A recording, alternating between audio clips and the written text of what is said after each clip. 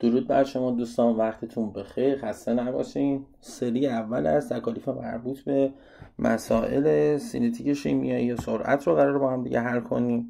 20 سوال انتخاب شده که تو گروه توی کانال قرار داده بودم مربوط حلش کنیم و امروز پاسخاشو با هم بررسی کنیم. 20 سوال مربوط به کنکور هست و اگه آموزش هایی که توی کانال قرار دادم و دیده باشین توانایی پاسخ به این سوالات رو خواهید داشت. شروع میکنیم با سوال 1 که مربوط به کنکور 1399 هست و بررسیش میکنیم. میگه در بررسی واکنشی که به ما داده داده های جدول زیر به دست اومده نسبت سرعت واکنش، خب سرعت واکنش در 50 ثانیه سوم که در واقع منظورش از ثانیه 100 هست تا 150، خب به نسبت به سرعت واکنش، مجدد دوباره سرعت واکنش تو 400 ثانیه پایانی. دقت کرده باشی میبینی که جدول شما تا ثانیه 800 رو داره، خب و انگاری زمان پایان واکنش دقیقاً 800 هست و 400 ثانیه پایانی در واقع تی رو داره در نظر میگیره از 400 تا 800. اینجوری میشه 400 ثانیه پایانی رو به دست آورد. میگه نسبت این دوتا سرعت تو این دوتا زمانهای متفاوت رو به هم بده. خب پس قرار سرعت واکنش محاسبه بشه تو زمان 100 تا 150 و یکی دیگه هم بازم سرعت واکنش رو محاسبه کنیم از ثانیه 400 تا 800. درسته تا اینجا؟ خب سرعت واکنش هم بچه اگر قرار باشه محاسبه کنیم، سرعت واکنش یادتون باشه داستانش اینجوری بوده که در واقع برابر بوده با سرعت گونه‌ای با ضریب 1. خب درسته تا اینجا؟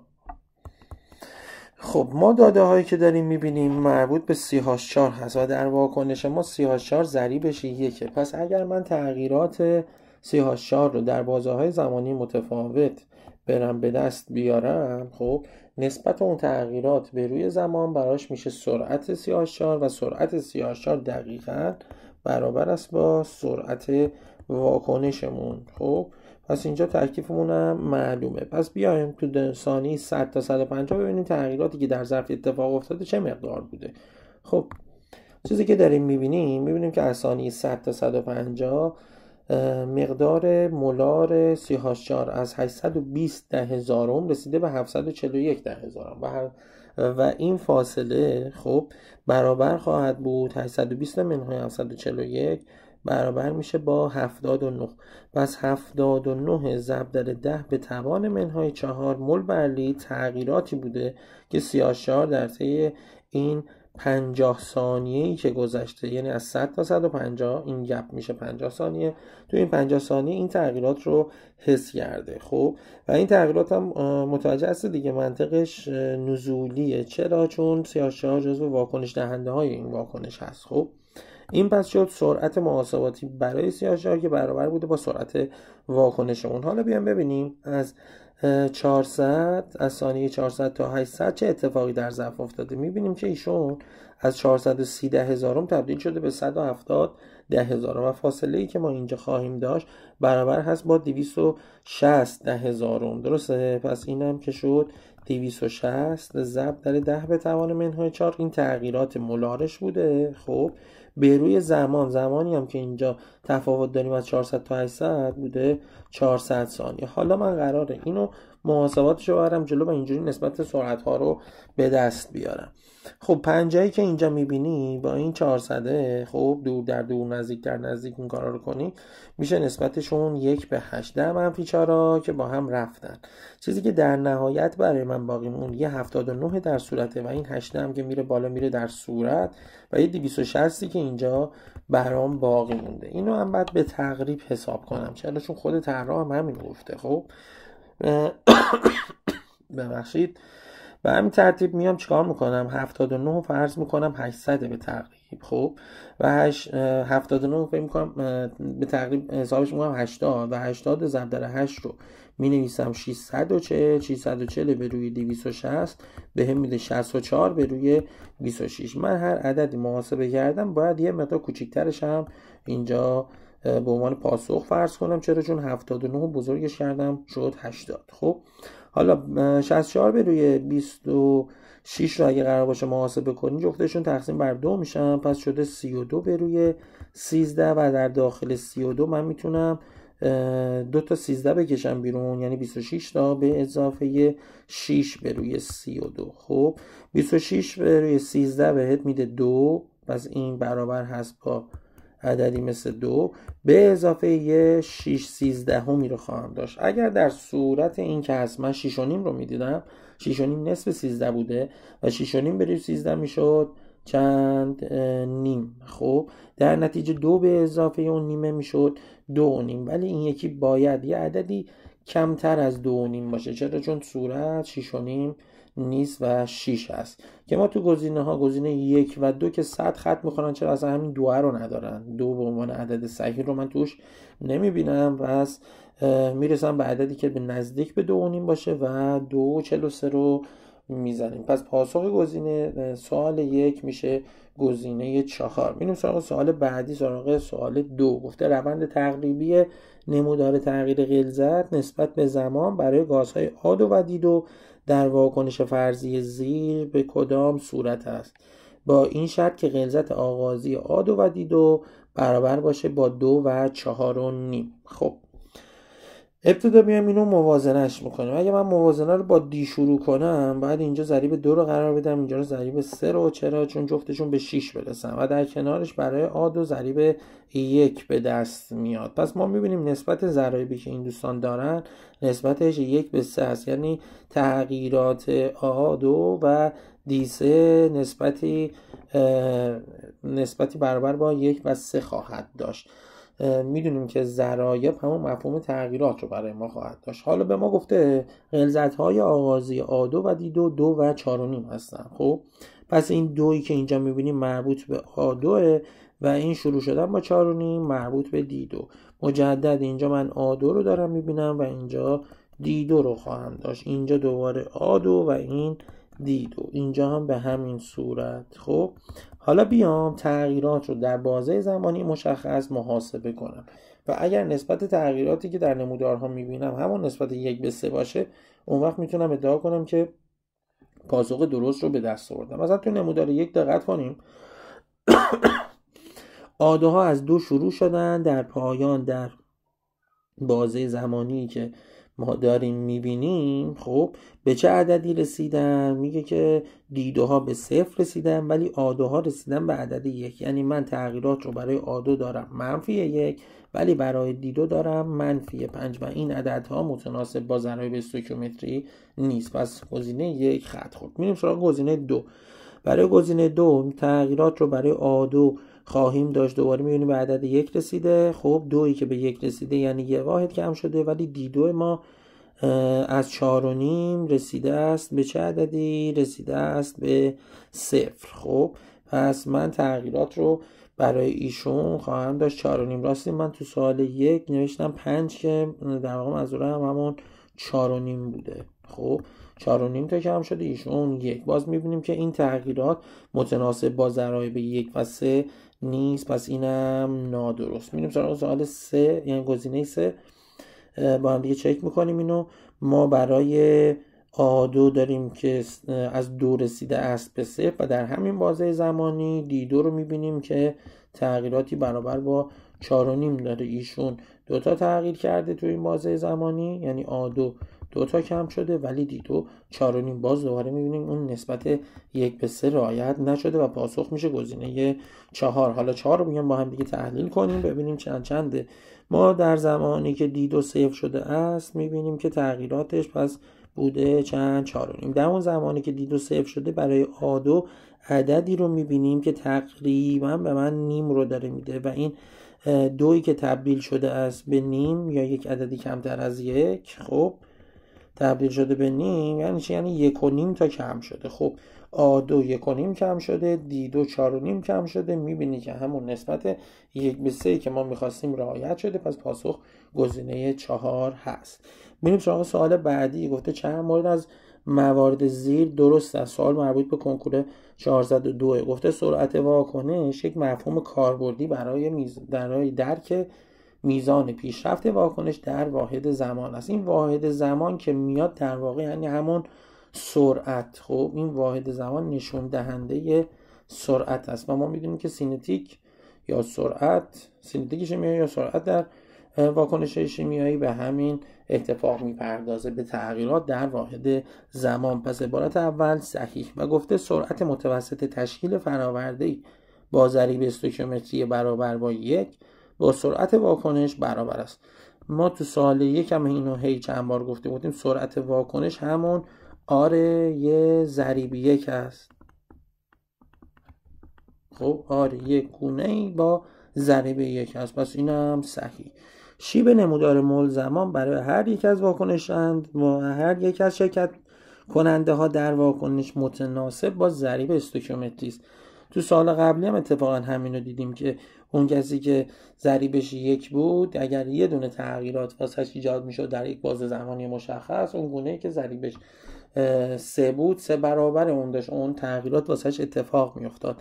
پس شیب نمودار یعنی همون تغییرات در واحد زمان. خب تغییرات در واحد زمان قطعا متناسب با ضرایب هست. پس عبارت سومم صحیح. میرسیم به عبارت چهارم و گفته سرعت واکنش از تقسیم سرعت متوسط مصرف یا تولید هر یک از مواد شرکت کننده در واکنش بر ضریب استوکیومتری اونها به دست میاد. و ما این رابطه رو هم داریم که واکنش میشه گونه A به ضریبش که هست A یا گونه B به ضریبش که هست B در یک واکنش A و B ضرایب این گونه ها هستن. پس عبارت چهارم صحیح بوده و تمام عبارت ها درست بوده. میریم سراغ سوال بعدی، سراغ سوال 4.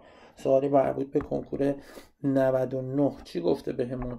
گفته با توجه به داده های جدول زیر که تغییرات مقدار گرم و مول CO2 را نسبت به زمان در واکنش که به ما داده نشان میدهد، نسبت C به A کدام و مقدار B چند مول بر ثانیه هست. C و A رو بیایم اینجا پیدا کنیم. این C این A و B هم داریم. خب C و A ببینیم چی هستن. C و A در واقع داره تغییرات N یعنی مول رو داره برای CO2 بهمون نشون میده تو بازه های زمانی متفاوت. مثلا چیزی که خودش نوشته گفته اگه زمان 0 باشه مقدار CO2 0 بوده، زمان 10 باشه مقدار مول CO2 بوده 1.5 ضرب در 10 به توان -2. پس دلتایی که ایجاد شده برابر با 1.5 ضرب در 10 به توان -2 هست و به همین ترتیب 10 ثانیه جلو رفته. حالا A رو اگه قرار باشه محاسبه کنیم داره در بازه زمانی 20 تا 30 تحلیل رو بررسی میکنه. مول CO2 رو به دست آورده در ثانیه 22.5 ضرب در 10 به توان -2. دلتاشو اینجا داره بیان میکنه. خب من نگاه کنم به این جدولی که به هم داده در اینجا. این جدول داره چی به هم میگه؟ میگه جرم مخلوط واکنش در ثانیه 0 بوده این عدد و وقتی 10 ثانیه رفته جلو شده 65 32. خب چه اتفاقی افتاد؟ چرا کم شده؟ ببین کم شدن جرم مخلوط در یک واکنش به خاطر خارج شدن بخشی از محتویات واکنش هست که این محتویاتی که از ظرف دارن خارج میشن در واقع همون گازهایی هستن که تولید شدن. خب پس این کاهش جرمه به این علت هست. یعنی من اگر بیام نگاه کنم به این جدول ببینم که تو ثانیه 10 مخلوطم جرمش بوده 65 32، تو ثانیه 0 بوده 65 98. ببین این گپی که ایجاد شده برابر است با 66 صدم. خب تفاوتی که ایجاد شده برابر بوده با 66 صدم. نگاه کنی ببین جرم CO2 هم که در واقع اینجا جرم CO2 هم که اینجا به ما میگه تولید شده هم برابر است با 66 صدم. خب الان من میخوام دلتای مولی که در ثانیه 20 تا 30 هست برای CO2 رو محاسبه کنم. تو ثانیه 20 گرم CO2 پر بازه است که هست 1/10. خب حالا اگه قرار باشه من در ثانیه سی رو محاسبه کنم، بعد بیام بگم 64 ممیز 66 رو کم کن از 65 ممیز 98. خب یه پلن اینه که من بیام مقدار CO2 تولید شده رو به دست بیارم. الان اینجا اگه کم کنیم اینا رو با هم دیگه میشه 1/32. خب درسته؟ ایشون داره پیشنهاد میکنه، میاد میگه که این 1.10 گرم CO2 رو تبدیل به مولش کردیم، نتیجه شده از 2.5 ضرب در 10 به توان منهای 2. شما هم بیا 1/32 رو در ثانیه سی تبدیل به مولش کن، اینجا بنویس و بعد دلتاشون رو محاسبه کن. خب ما میگیم چه کاریه اگه قرار دلتا رو محاسبه کنیم و بعد مول بیانش کنیم؟ خب میگیم این دلتایی که ایجاد شده دقیقاً تفاوتی است که از ثانیه 20 تا 30 در ظرف ایجاد شده. من دلتای اینو میام محاسبه میکنم، میگم مقدار گرمی که از CO2 تولید شده است همین مقداری است که اینجا کاهش جرم اتفاق افتاده. یعنی 64/88 تا 64/66 رو یا به جای حساب کنیم میشه 22 صدم. پس من میتونم جرم CO2 رو حساب کنم، بگم 22 صدم گرم CO2 اینجا تولید شده و قراره برای من اینو بر حسب مول بیان کنم. پس کافیه این 22 صدم گرم رو تقسیم بر جرم مولیش که هست 44 کنم. اوکی. اگر محاسبات رو درست رفته باشم باید به همین عدد برسم. بله. خب تا اینجا اتفاقی که افتاده صحیح بوده. خب پس 22 صدم به روی 44 میشه مقدار آ. حالا گفته سی رو حساب کنیم. سی از 40 تا 50. 40 تا 50 داده ها رو داریم. 40 تا 50 ثانیه. ببین تو ظرف چه اتفاقی افتاد. دلتایی که ایجاد شده و ما همین دلتا رو میتونیم بگیم گرم CO2 ها هستن، قد 5 صدم هستن. پس میشه 5 صدم گرم CO2. این 5 صدم گرم رو باید تبدیلش کنم به مول. پس می‌نویسم 5 صدم به روی جرم مولی CO2 که هست 44. خب الان من هم آ رو محاسبه کردم هم سی رو و طراح بهم گفته که نسبت آ و سی رو سی به آ رو اعلام کن. خب سی رو داریم 5 صدم به روی 44. آ رو هم داریم 22 صدم به روی 44 و 44 ها رو با هم ساده کنی، صدم ها رو با هم ساده کنی به 5 به روی 22 میرسیم. 5 به روی 22 اگر مقایسه بشه با 5 به روی 20 یعنی 1/4، یعنی با 25 صدم بخواد مقایسه بشه، به خاطر اینکه مخرج بزرگتری داره قطعا باید از این عدد کمتر باشه. پس 55 هزارم ها خط میخورم و 22 ها رو میپذیریم. قسمت بعدی سوال اومده گفته که شما مقدار B رو هم بیان کن. نگاه کنیم ببینیم مقدار B اصلا چه داده‌ای رو به ما میده. B رو اگر توجه کرده باشی میگه سرعت CO2 رو من دارم حساب میکنم، یعنی تغییرات مول CO2 به روی زمان رو محاسبه میکنم. خب واحدش هم دقت کرده دیگه، مول بر ثانیه است. خب این تغییراتی که برای سرعت در بی باید حساب کنیم در واقع در بازه زمانیه، دقت کن اینجا 30 تا 40 هست. خب پس از 30 تا 40 که واحدش هم هست ثانیه، بیایم تغییرات رو برای CO2 محاسبه کنیم. از جدولی که داریم 30 تا 40 میتونیم مقداری که CO2 تولید شده است رو به دست بیاریم. از 64/66 رسیدیم به 64/55.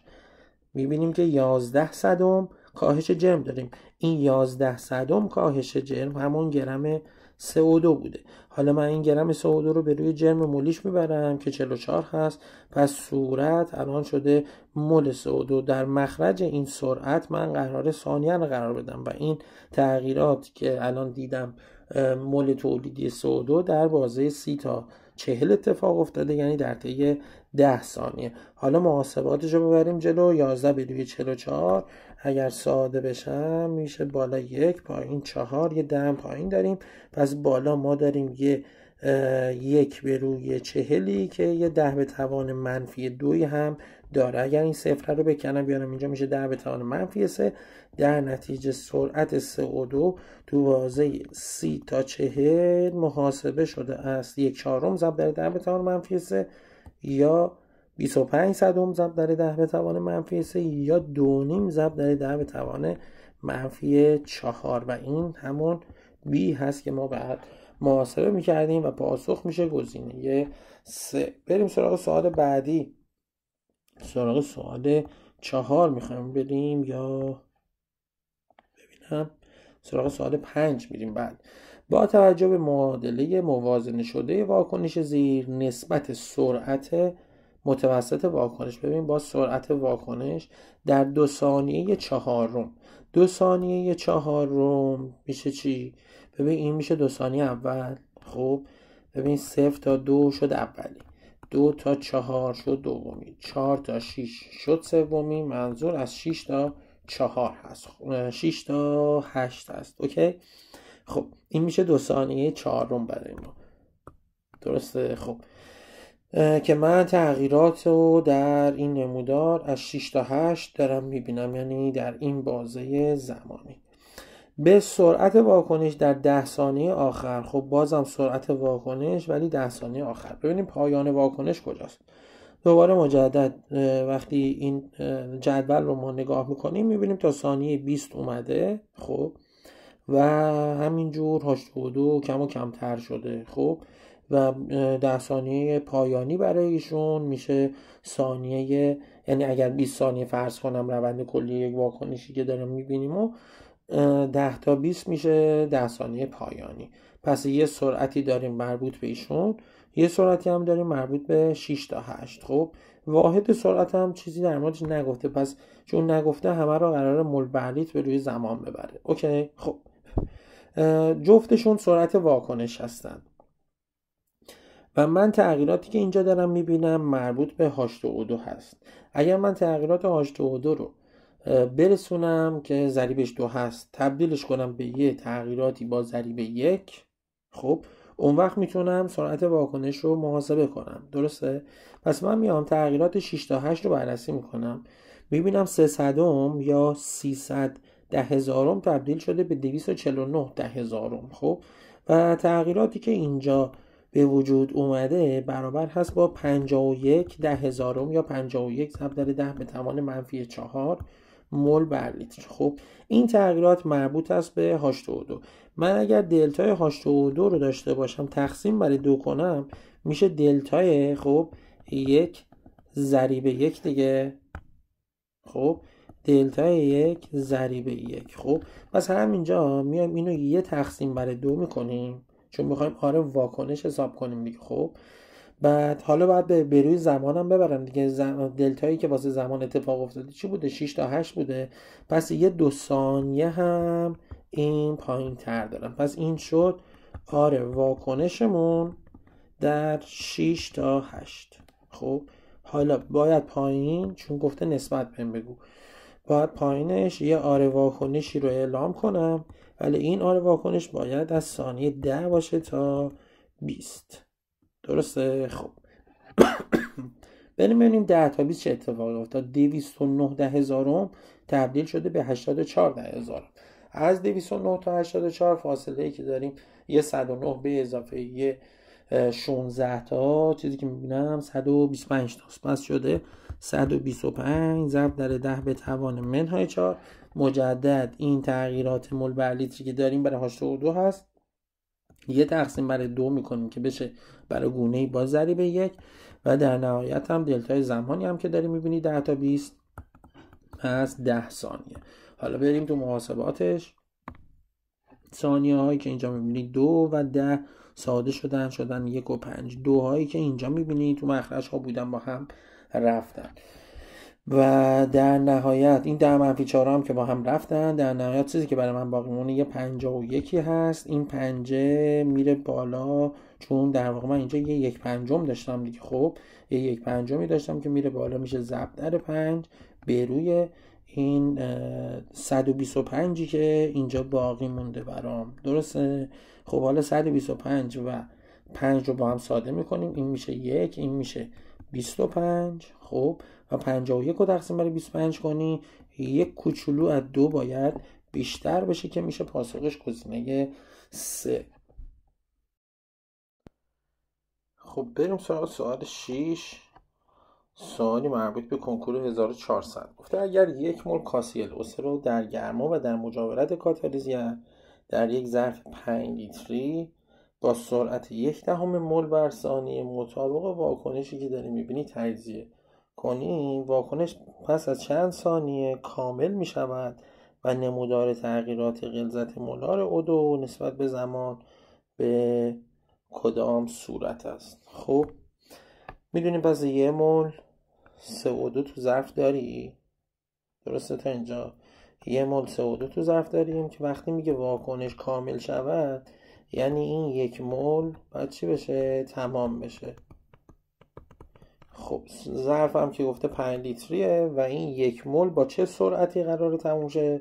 با سرعتی برابر با 1/10 مول بر ثانیه. خب دوست من 1/10 مول بر ثانیه یعنی هر 1 ثانیه که میگذرد 1/10 مول کاسیل اوس چی شد؟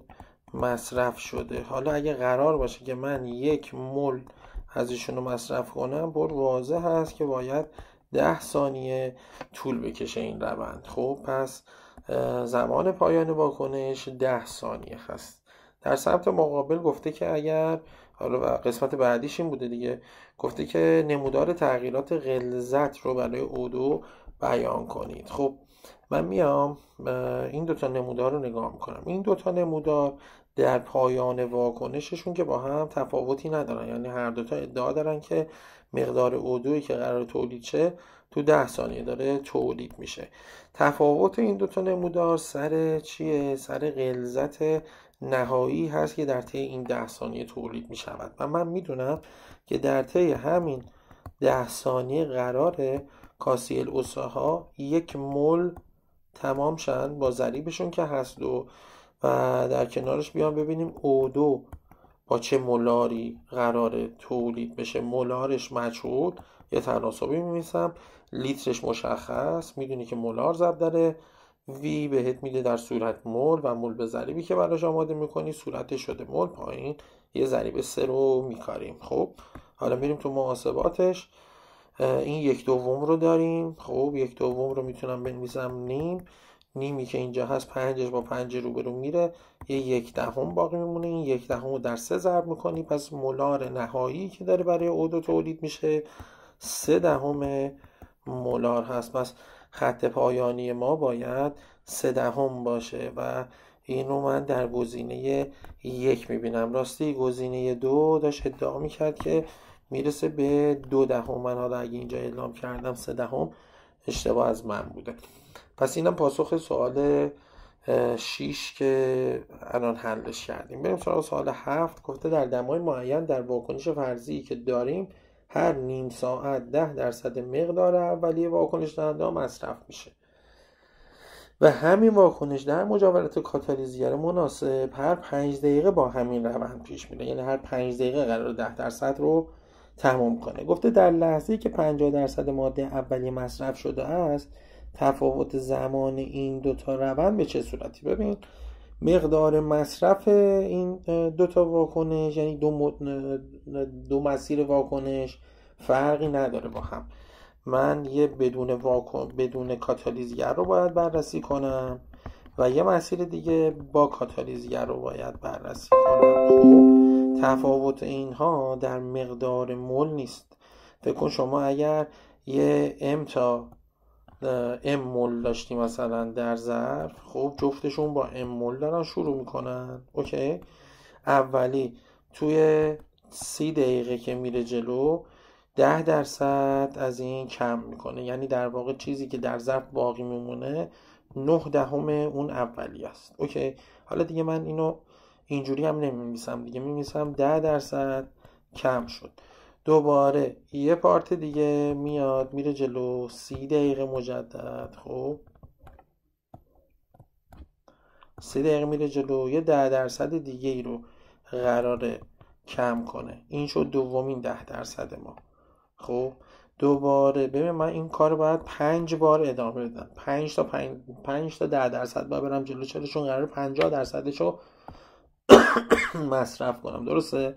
پس دوباره یه 10% دیگه کم میکنیم، 30 دقیقه میریم جلو، یه 10% دیگه کم میکنیم، 30 دقیقه میریم جلو، یه 10% دیگه که پنجمین 10% هست، 30 دقیقه رفتیم جلو.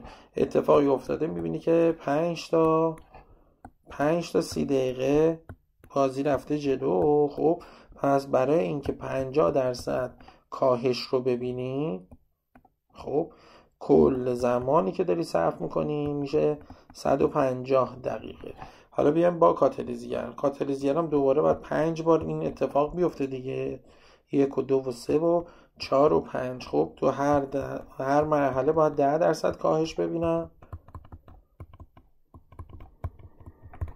و زمانی هم که دارم در این مسیرها طی میکنم بهم گفته در حضور کاتالیزگر 5 دقیقه برو جلو. خب من 5 تا 5 دقیقه برم جلو میشه نهایت چند؟ 25 دقیقه.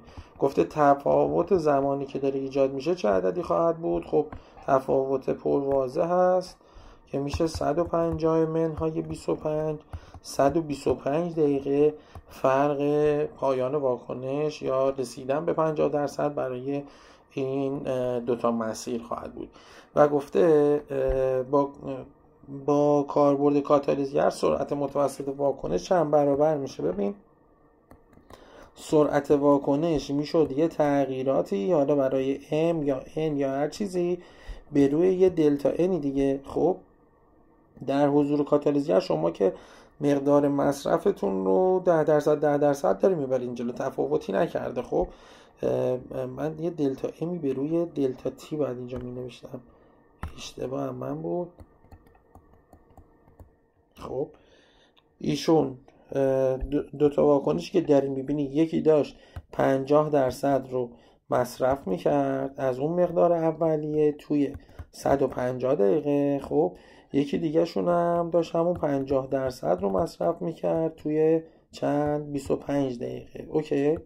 خب این میشه نسبت اون سرعت هایی که ما میخواستیم. خب که این دقیقا میشه پاسخ سوالمون. خب اتفاقی که افتاد تو ظرف سر اون مقدار مصرف نبوده، در واقع سر زمان بوده که نسبت 150 به روی 25 برابر خواهد بود با 6. یا شما حتی میتونستی اینجوری هم نگاه کنی، من به جای اینکه تا 50% رو محاسبه کنم میومدم همین رو نگاه میکردم، گفتم هر 10% که قرار بود مصرف کنه توی 30 دقیقه داشت این کارو میکرد. خب بازم اگه کاتالیزگر وجود داشت همون 10% رو تو 5 دقیقه داشت مصرف میکرد. درسته کاهش رو در ضرب میدیدم. خب نسبت 30 به روی 5 میشد چی؟ میشد 6. اوکی پس جواب میشد گزینه 2. بریم سراغ سوال 8. گفته قطعه‌ای از فلز بیسموت رو درون 200 میلی لیتر محلول 5 مولار نیتریک اسید انداختیم. نمودار تغییر جرم مخلوط واکنش به این صورت هست. نمودار تغییر غلظت بیسموت 3 بار مثبت کدام است؟ واکنشی که میبینی رو باید در ابتدا ما موازنش کنیم. خب قبل هر چیزی میتونیم به نمودار هم توجه کنیم. نموداری که داری میبینی بهت داره میگه جرم مخلوط واکنش رفته رفته داره کم میشه و طبق چند سوال قبلی، طبق گفته‌هامون در چند سوال قبلی، این ادعا رو میتونیم داشته باشیم که اگر جرم مخلوط واکنش داره کاهش پیدا میکنه به خاطر تولید یه مشت گاز هست که دارن از ظرف خارج میشن. پس من از زمان 0 تا 5 مقدار NO'ی که تولید کردم و میتونم بر حسب گرم به دست بیارم. در طی 5 ثانیه NO ما چقدر تولید شد؟ 203 گرمی که مخلوط واکنش بوده رسیده به 200، یعنی 3 گرم تولید شده است توی 5 ثانیه. اوکی پس من فعلا اینو دارم، تو 5 ثانیه تونستیم 3 گرم رو تولید کنیم. و حالا قراره در خصوص بیسموت نظر بدیم دیگه و بگیم کدوم نمودار مربوط هست به بیسموت های 3 بار مثبت. خب الان من نیاز به یه استوکیومتری و تناسب دارم و برای اینکه این تناسب رو برپا کنم ابتدا باید بیام واکنش رو موازنه کنم. برای موازنه هم میتونم از هیدروژن ها شروع کنم. هیدروژن رو اینجا 1 قرار میدم، این قسمت به دست میاد 2 ضریبش. درسته؟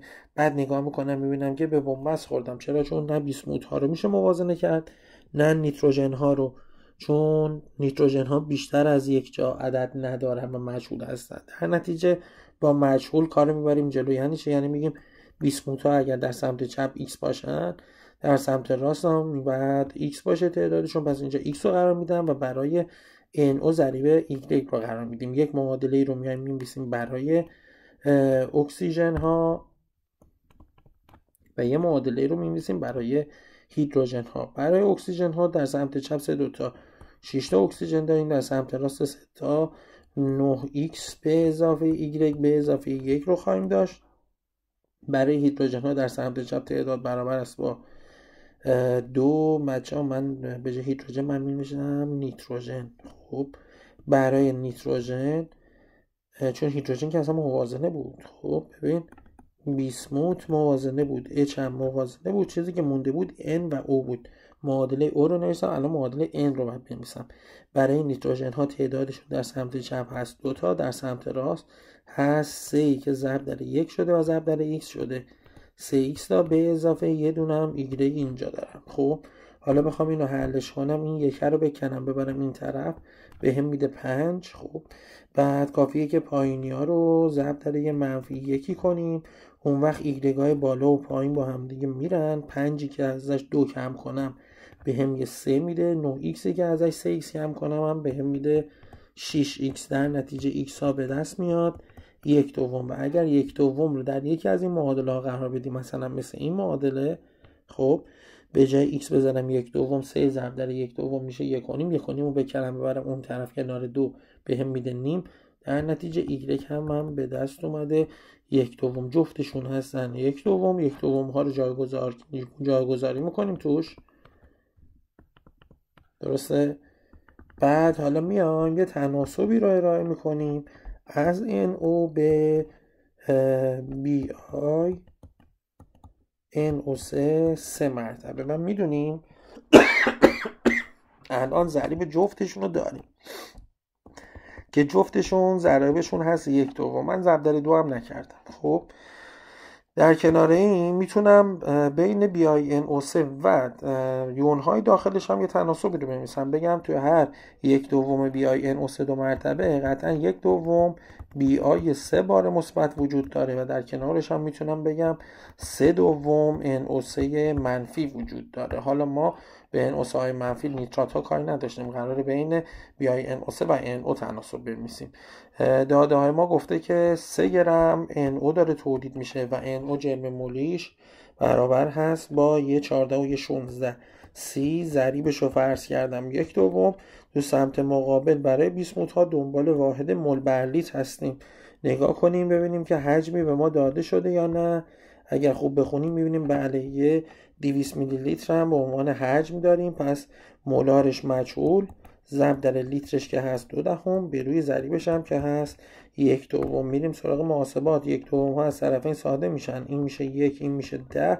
پس امو اگر بخوام تنها کنم شده 1 به روی این 0.2 رو ضرب میکنم تو این دهه میشه 1 به روی 2 یا نیم. یعنی نهایت مقداری که از این بیسموت ها قرار تولید شه بوده چه عددی؟ نیم مولار. خب این نیم مولار در طی چه باز زمانی قرار بود تولید بشه؟ طبق داده هایی که در جدول میبینی و مقدار NO که من محاسبه کردم اینجا، خب باید برابر باشه با 5 ثانیه. پس ما در طی همون 5 ثانیه که تونستیم 3 گرم NO تولید کنیم، در طی همون زمان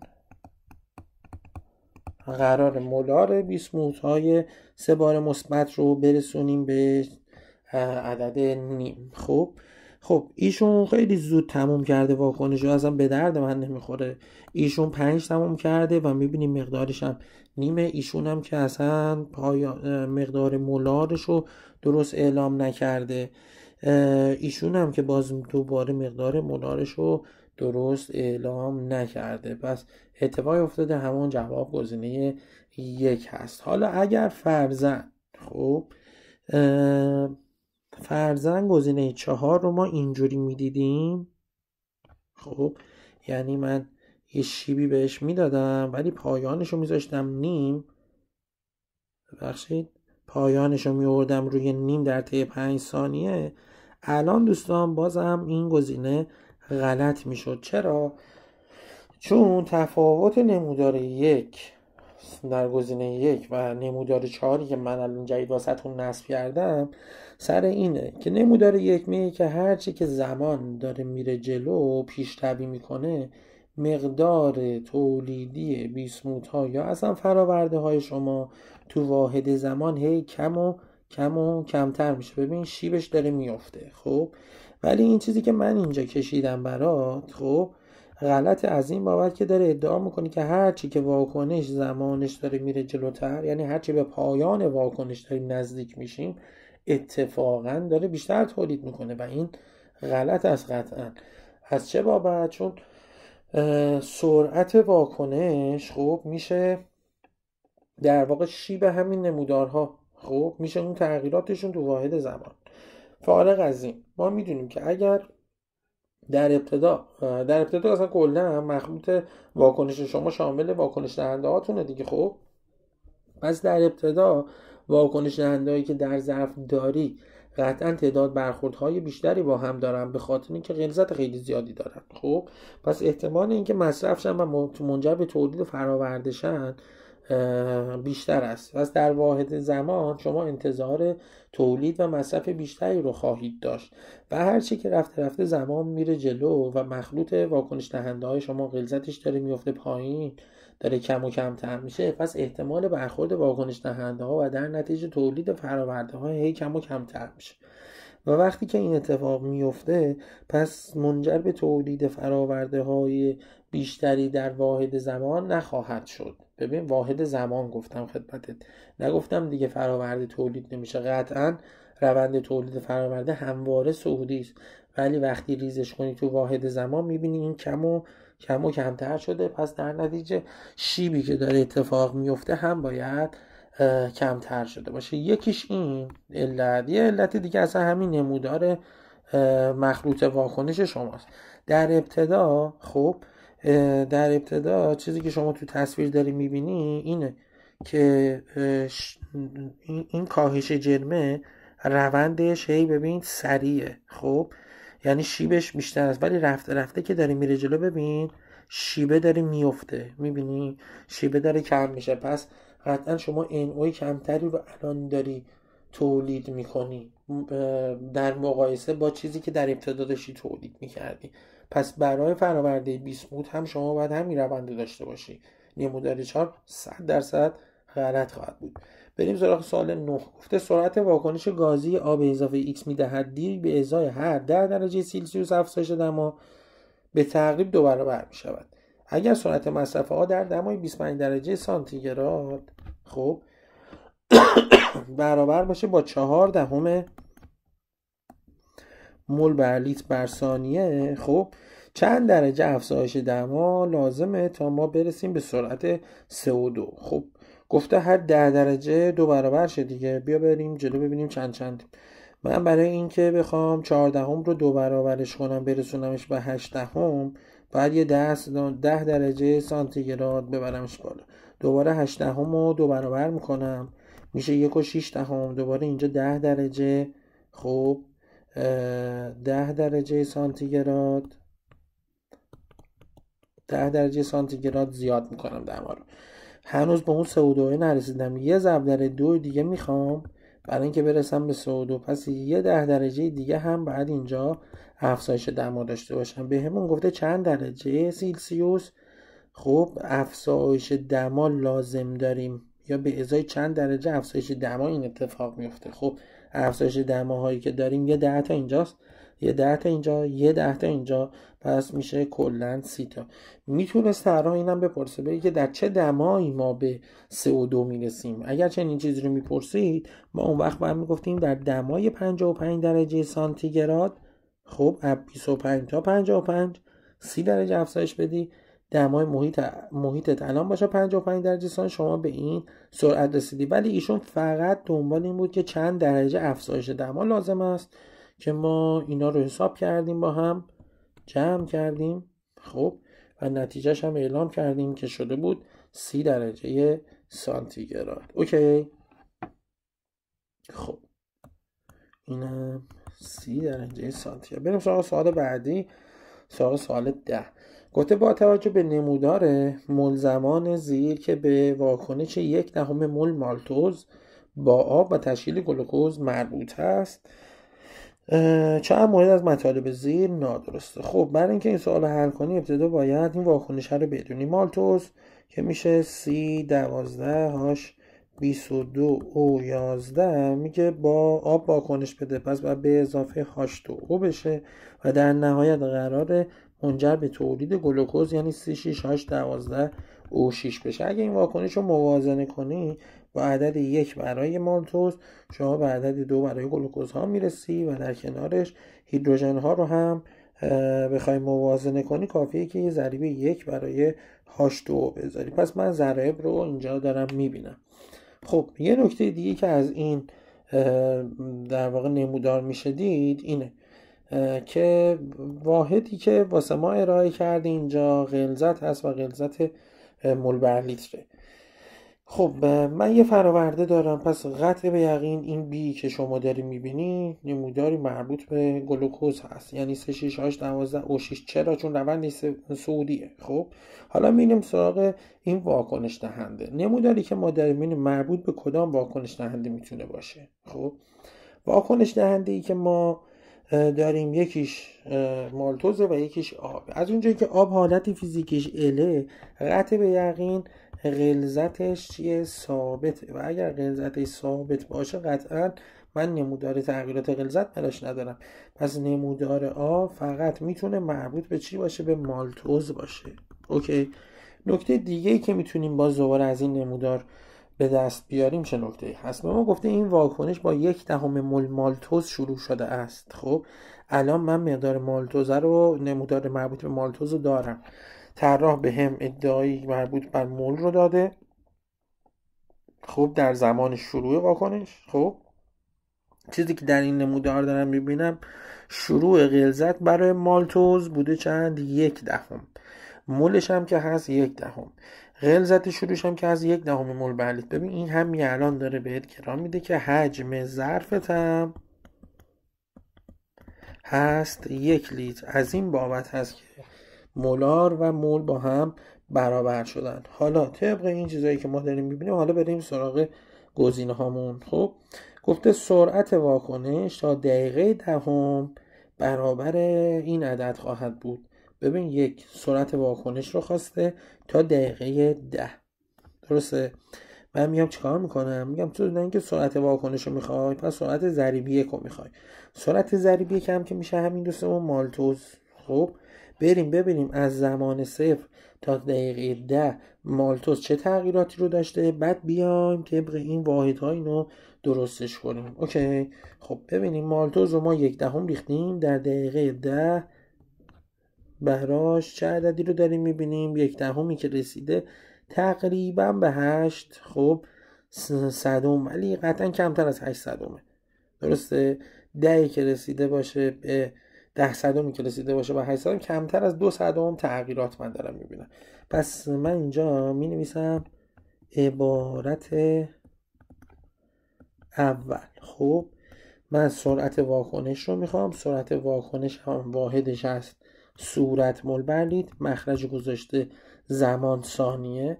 بعد من دنبال تغییرات برای ضریب 1 هستم. تغییرات برای ضریب 1 هم که مالتوز باشه به دست آوردم. 10 که رسیده به 10 صدمی که رسیده به 8 صدم میشه 20 صدم، ولی خب از اونجایی که این کمتر است من مثلا عددی مثل 18 صدم رو قبول میکنم. خب میگم 18 صدم، 18 هزارم منظورم بچه ها.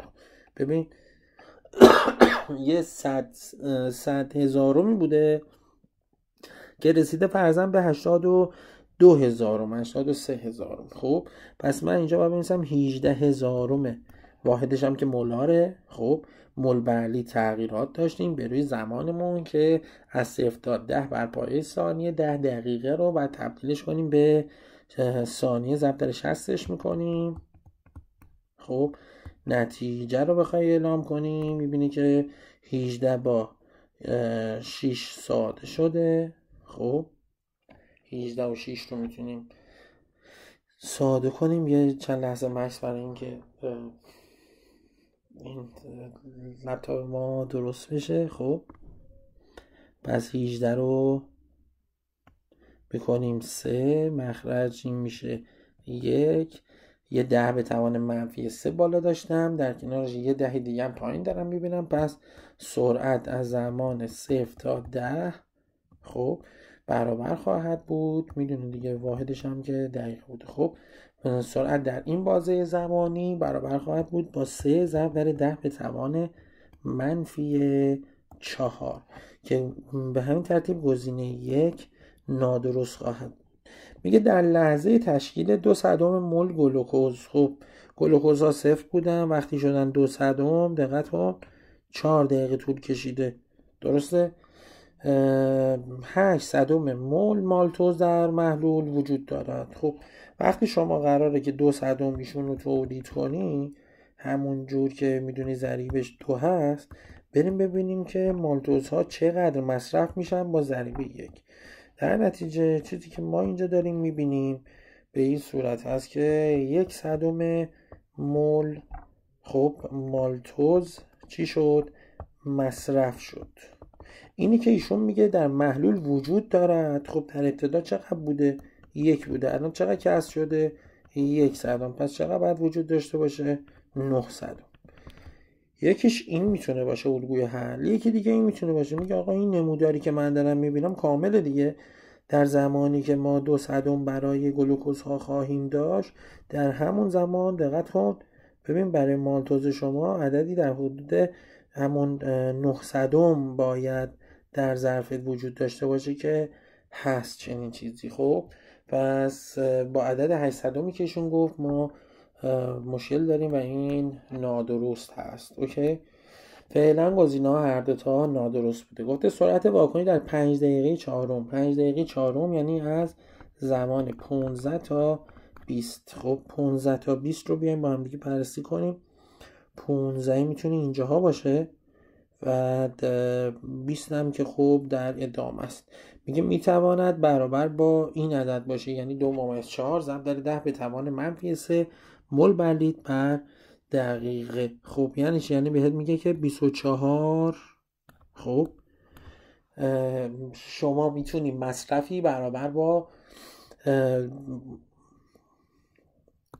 24 ضرب در 10 به توان منفی 4 خب مول بر لیتر، درسته؟ حالا در تایمی برابر با 1 دقیقه، تو تایم 1 دقیقه میتونی 24 ضرب در 10 به توان منفی 4 مول بر لیتر مصرف یا تولید کنی به ازای ضریب چند؟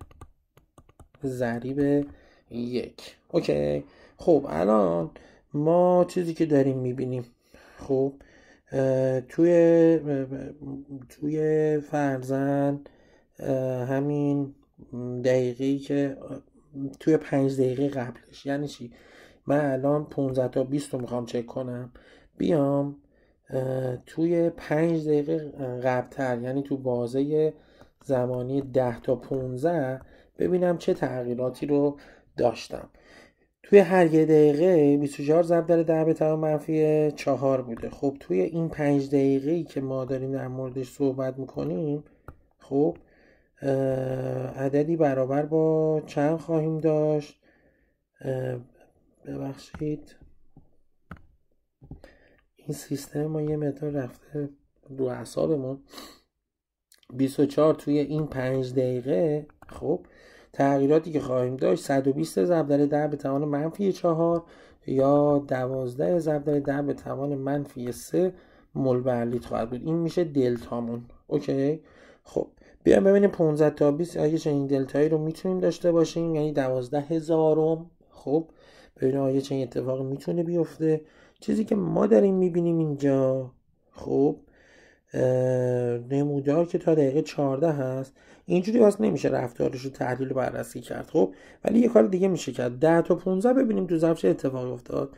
10 تا 15 ببینید برای 10 من دارم عددشو مربوط به کی؟ گلوکوز، یه چی در حدود 35 میبینی؟ خب و در 15 هم یه عددی در حدود 35,000 و در عدد 15 هم یه چیزی در حدود 40,000 رو دارم میبینم. از 35 تا 40,000 خب گپی که ایجاد شده برابر است با 5,000. خب من 5,000 دارم تفاوت میبینم از دقیقه 10 تا 15 در این نمودار، اونم برای یه گونه با ضریب چند؟ با ضریب 2. چرا؟ چون گلوکوز ضریبش 2 بوده دیگه. خب حالا فکر کن سرعت واکنش میخوای حساب کنی، درسته؟ اینی که من حساب کردم دقیقه 10 تا 15 یه چیزی در حدود 5 ضرب در 10 به توان -3 تقسیم بر 2 میشه دلتایی که برای یه ضریب 1 خواهیم داشت. خب درسته؟ ولی حالا چیزی که ایشون داره ادعا میکنه اینه، میگه که زمان افزایش پیدا کرده، ما رفتیم جلوتر، تایممون شده 15 تا 20. خب ولی به ما داره میگه که عدد مربوط به تغییرات در حدود چه عددی خواهد بود؟ عددتون در حدود 12,000 خواهد بود. خب قطع به یقین چنین اتفاقی نمیفته. اگر من در 5 دقیقه قبل از این اتفاق رو دارم میبینم 5 ضرب در 10 به توان -3 مولار تغییر ایجاد شده است، قطعا 5 دقیقه بعد طبق توضیحاتی که قبلتر بهتون دادم خب باید این عدد کمتر باشه و اصلا چنین اتفاقی نمیفته. خب پس اینم گزینه غلط خواهد بود. خب اجازه بدیم، سیستم یه مقدار نیاز به آرامش بیشتری داره. بله خب میگه در معادله واکنش ضریب استوکیومتری گلوکوز 2 برابر مالتوز است. یه چنین چیزی رو ما دیدیم و این میشه تنها گزینه صحیح ما و ایشون گفته بود چند تا نادرست وجود دارد و ما میگیم 3 تا. خب یه مقدار اینجا شلوغ شده ولی اگه ویدیو رو ببینی خب متوجه میشه که دارم چی کار میکنم. اینم از سوال 10. خب بریم سراغ سوال 11. تو سوال 11 گفته با توجه به داده های زیرا برای واکنشی که مشخص کرده سرعت واکنش رو محاسبه کنید، اونم در بازه 25 تا 30 و واحدش هم بهمون گفته چند مول بر لیتر بر ثانیه میتواند باشد. خب پس سرعت واکنش واحد مشخص مول بر لیتر بر ثانیه و بازه زمانی هم 25 تا 30. اوکی. جدولی که داده بهمونم که مربوط است به NOBR. NOBR هم در این واکنش داریم میبینی که ضریبش هست عدد 2. خب پس من دلتاها یا تغییراتی که برای NOBR به دست میارم رو تقسیم بر 2 میکنم. خب بعد میام چیکارش میکنم؟ میگم بله الان تغییرات ضریب 1 محاسبه شده، حالا شما اونو ببر توی واحد زمان و ادعا کن که سرعت واکنش رو محاسبه کردی. یه نکتهش اینه. و نکته دیگه ما در خصوص زمان 25 داده اینجا نمیم، در 30 رو میبینیم خب ولی 25 ثانیه رو من داده اینجا نمیبینم براش. خب یه نکته هم اینه که من باید حساب کنم. یه نکته دیگه که باز توی سوالهای قبلی با هم دیگه داشتیم و در خصوص نمودارها و روند تغییرات داشتیم صحبت میکردیم این بود که گفتیم که بله نمودار مربوط به فراورده قطع به یقین یک نموداری صعودی هست. خب ولی این نمودار صعودی رفته رفته شیبش داره کم و کمتر میشه تا وقتی که به شیب 0 میرسه و ما اون لحظه رو پایان واکنش میدونیم. درسته تا اینجا؟ واقعیت مطلب چنین چیزی هست. پس هرچه که زمان داره افزایش پیدا میکنه یا هرچه که به زمانهای پایان واکنش نزدیک میشیم دلتا و تغییرات رفته رفته کاهش پیدا میکنه، در نتیجه شیب خب داره کم میشه، در نتیجه میتونیم بگیم سرعت ها هم دارن کم و کمتر میشن. اوکی. خب حالا کاری که من باید بکنم چیه؟ این مثلا کاری که ما در واقع باید بکنیم اینه، ما داده های زمان 20 ثانیه رو داریم، داده زمان 30 ثانیه رو هم داریم. این او بیارم که واکنش دهنده است، رفتارش اینجوریه که باید نزولی باشه، یعنی باید کم و کمتر بشه. خب در 20 ثانیه داریم 244 مول بر لیتر و در ثانیه 30 داریم میبینیم 204 مول مول بر لیتر. خب دلتایی که اینجا اتفاق افتاد در این فاصله برابر هست با 40/1000. اوکی، تفاوتی که من اینجا دارم میبینم قد 40/1000 هست. حالا من باید بیام ادعام رو در خصوص زمان 25 بیان کنم. اوکی، در ثانیه 25 بیان کنم. ابتدا بیام حدس بزنیم ببینیم اصلا محتویات داخل ظرف به چه عددی میرسد. خب من اینجا عدد 244/1000 رو داشتم، 244/1000 رو داشتم برای زمان 20 ثانیه. خب حالا میخوام ببینم در 25 ثانیه چه اتفاقی میفته. تو 25 ثانیه اگه من این فاصله رو دارم 10 ثانیه، خب یه ادعایی که خیلی شیک و ساده باشه اینه که باید نصف این 5 ثانیه نصف 10 ثانیه است. اوکی درسته، این از اینجا تا اینجا 5 ثانیه قراره تغییر داشته باشیم واسه زمان. خب پس قد نصف این 40/1000 هم باید ما تغییرات رو دیده باشیم برای NOBR. خب این یک چیز خیلی واضح و ساده انگارانه میتونه باشه. خب پس من باید تقریبا در واقع 20/1000 خب 20/1000 تغییرات رو برای NOBR ببینم و اینم که بوده 40/1000 یه صفرش کم گذاشته بودم. درسته تا اینجا؟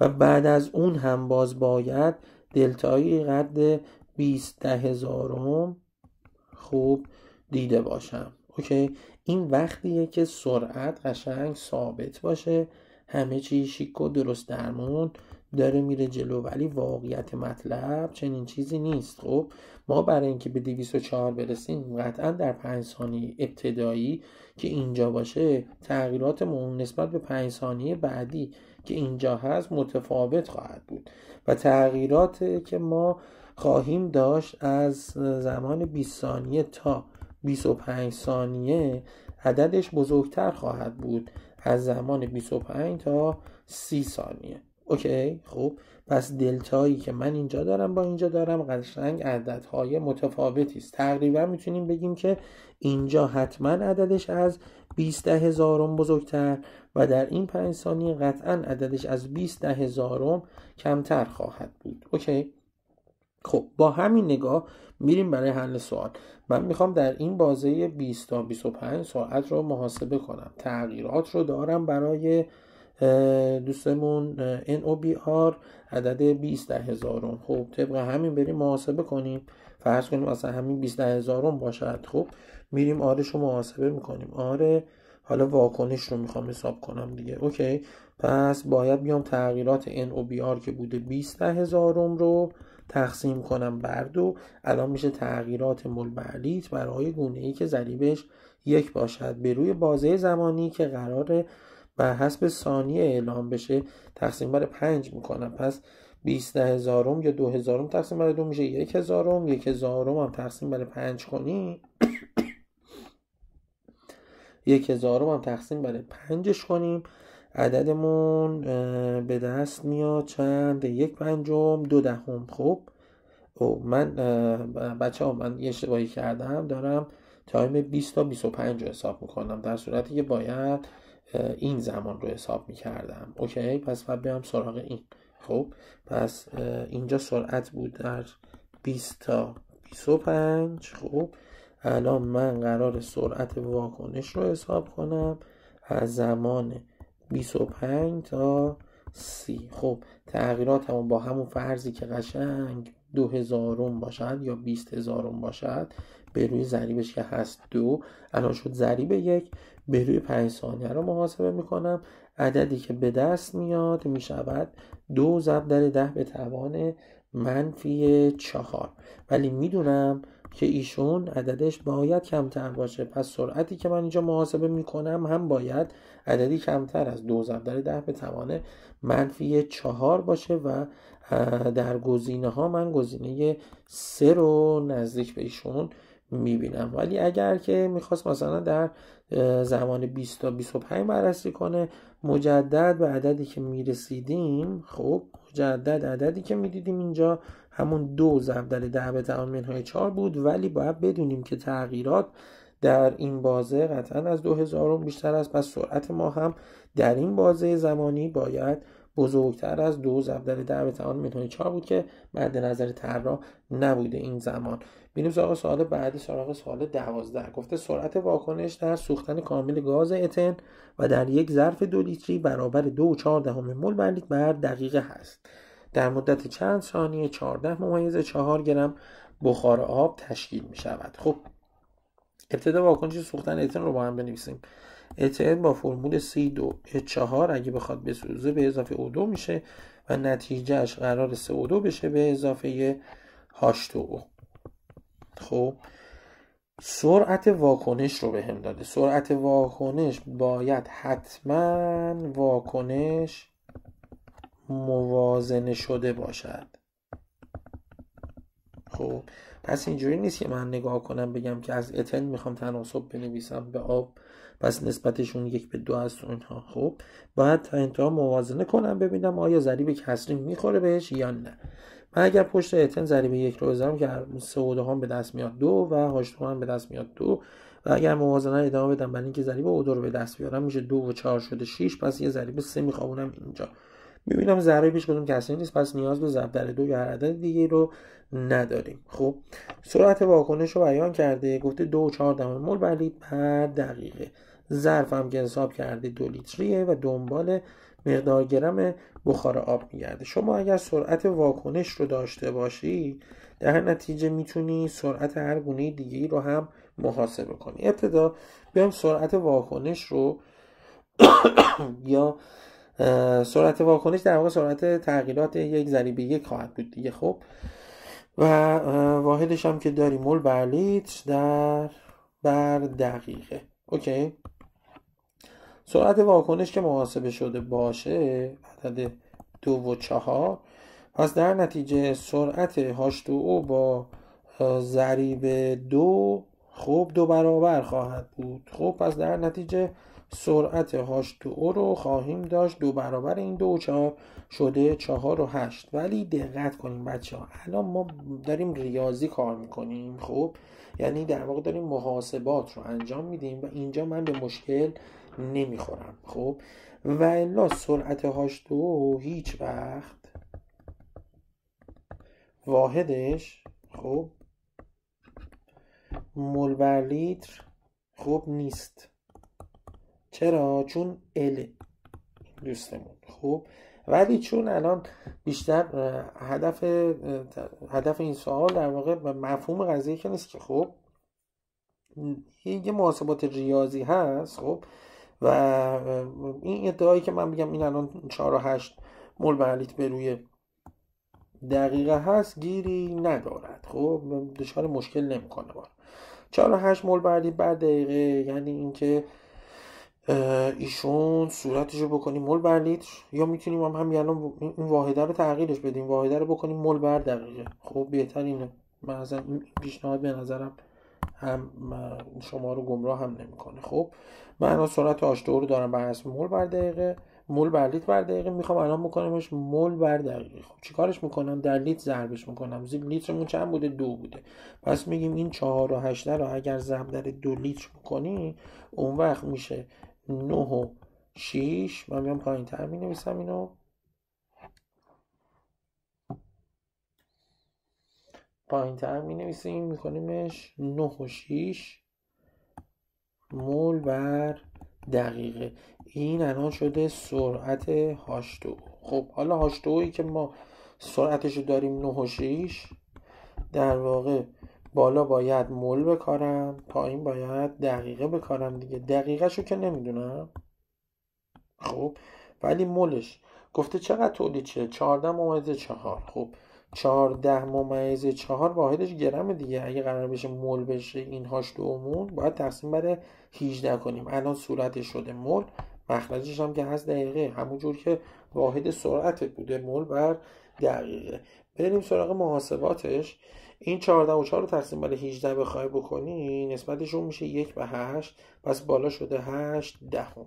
دهمی که اینجا هست با دهم روبرو که 9 و 6 بود ساده میشه و این میشه 96. پس اینم که شده 8 اینم شده 96. 8 و 96 رو میتونیم با هم ساده کنیم.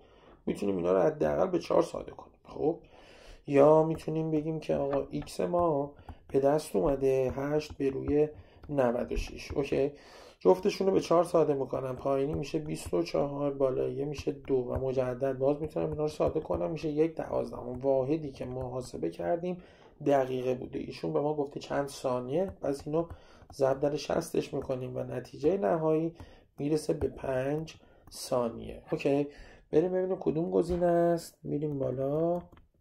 بله، گزینه 4. حالا بریم سراغ سوال بعدی. سوال متنی داریم. میگه در یک واکنش شیمیایی سرعت متوسط تغییر مولهای ماده آ 3 برابر متوسط تغییر مولهای ماده دی هست. یعنی ایشون اگر ضریب آ اگر ضریب ماده آ فرضاً باشه x، خب ضریب دی 3 برابر اونه. اینو میدونم که 3x. حالا آیا x ما 1 هست؟ نمیدونیم که این چیزی رو به ما گفته نشده. ممکنه 2 باشه و ضریب دی باشه 6 در یک واکنش موازنه شده. این که ماده آ تغییراتش 3 برابر تغییرات ماده آ 3 برابر است، من پوزش میخوام. پس باید ضریب آ 3 برابر باشه و ضریب دی رو بذارم x یا آره همون x باید بذارم. خب پس اگه تغییرات ماده آ 3 برابر هست، خب پس ضریبش هم 3 برابر هست.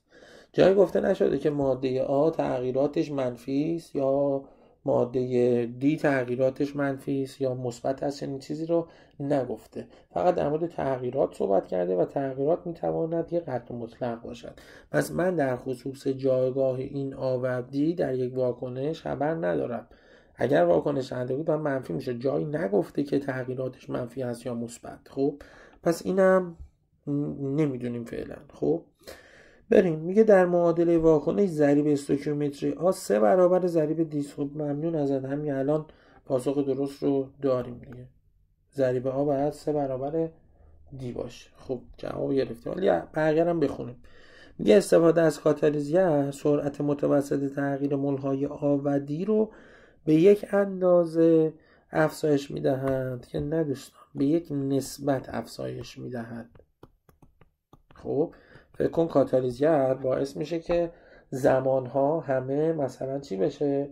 یکی شما برابر شه. مثلا ما توی همین 20 سال داشتیم دیگه، میگفت که تو بازه زمانی 30 دقیقه اینجوری مصرف میکرد، ولی اگه کاتالیزگر بیارم هر 5 دقیقه میتونه به همون میزان مصرف کنه. پس زمان رو اومده چیکار کرده؟ یکی شما برابر کرده.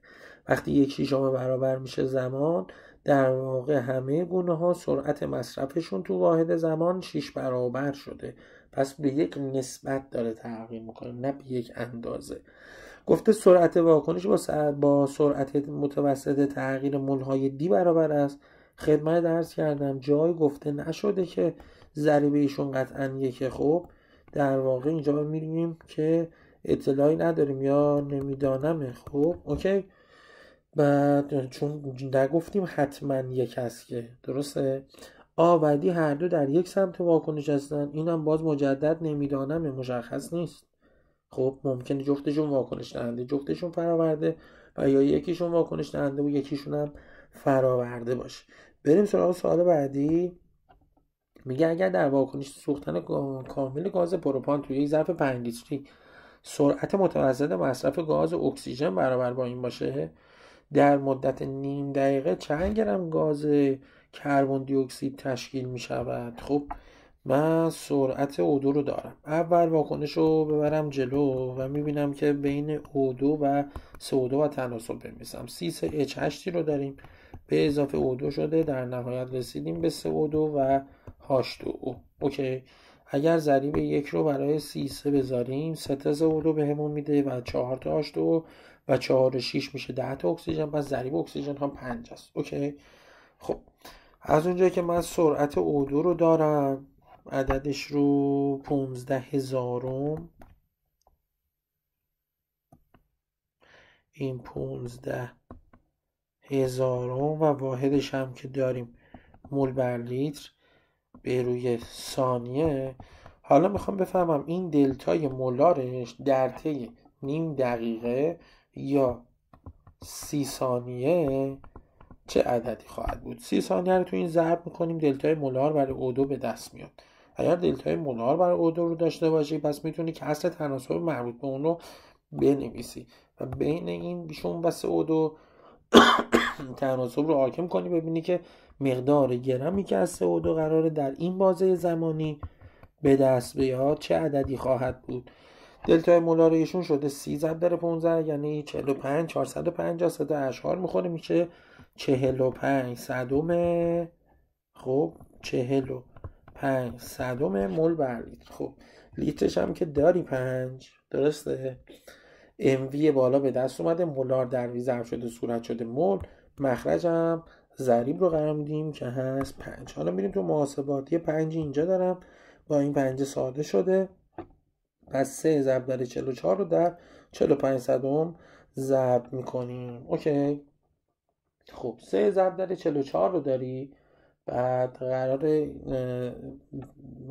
من قرار به این برسم دیگه. 3 ضرب در 44 ضرب در 45 صدم. 3 ضرب در 44 یا میتونیم بگی 3 ضرب در 45 صدم یه عددی کمتر از 1.5 رو بهت میده. خب اینو در 44 هم ضرب کنی، باید عددی کمتر از 66 رو بهت بده. در نتیجه میزنی گزینه 2. میتونستی بیای بگی که 3 ضرب در 44 بهت میده 132. 45 صدم کمتر از نیمه، پس 132 رو تقسیم بر 2 میکنم. خب بعد نتیجهش میشه 66. بازم عدد کمتر از 66 رو بزنم. مجدد جواب میشه گزینه 2. اوکی.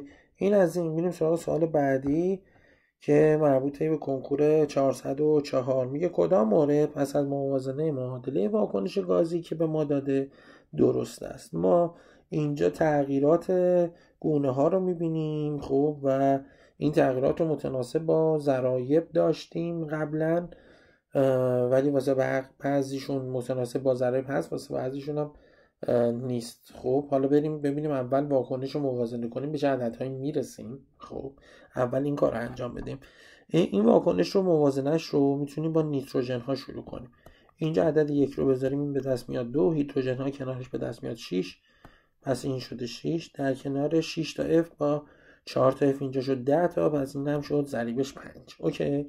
خب پس من برای انهایسه ضریب 2 رو دارم، پس میتونم ادعا کنم که تغییرات انهایسه متناسب است با ضریب 2.